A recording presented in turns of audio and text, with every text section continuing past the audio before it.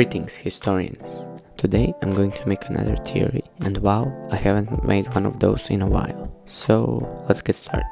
Actually, I just have to say one thing before we start. I'm sure you noticed I sound a bit different now. That is because I got a new microphone, so I no longer have to talk into my crappy phone mic. And I no longer sound like a cat in a wood chipper. Also join my Discord, link in description. Firstly, I'm sure most of us know what zones in Hytale look like. But in this video, I want to talk about Zone 4. The devastated lands is the last zone that we know. Represented by the element of fire, the surface of the devastated lands is a burning wasteland riddled with skeletons. But if you descend into the caves, you'll be met with a lush jungle full of prehistoric dinosaurs and slut-looking things called the Slothians. But I wonder, were the devastated lands always like that? I have, in fact, evidence that points to the surface of Zone 4 being like the caves in the past. Firstly, and most obviously, we see dead plants all over Zone 4, specifically dead bushes and trees. Now plants must be alive before they can die, and I doubt a tree can grow next to literal lakes of lava. Secondly, in the background images of Zone 4, we see structures like towers and strongholds.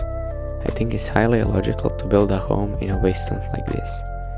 I know I wouldn't want to live here. It's basically a one-to-one replica of Florida. And lastly, as I mentioned before, Zone 4 is full of skeletons. There are many remains of dead people here, and no humans, which is a theory for another day. Skeletons point to there being a civilization here at some point, but they all died mysteriously and came back to life as skeletons. With that, the dead plant life and the ruined infrastructure all point to there happening a highly destructive event, almost like a bomb dropped. But what if it did? No, I'm not saying a literal bomb drop, but something similar. Hear me out. We know that Gaia and Varen are at war for Orbis. At the time we play, Varen is winning. He didn't completely win, but Gaia does look injured, asleep or dead. But I imagine that earlier in the war, they were similarly matched. With Varen beginning the invasion from Zone 6, it looks like now he has his white creatures all over the other zones. But back then, I think he tried invading the then lush surface of Zone 4. Even though he had a bigger army, Gaia's army or the humans used the jungle to their advantage. Varen, tired of the countless losses of troops in Zone 4, used a highly destructive magical blast, like a nuclear bomb, leaving the whole zone a deserted wasteland. All the humans were wiped out, only living in the structures they created, but the Slothians managed to escape into the caves, or maybe they always lived there. But that still leaves us with one question.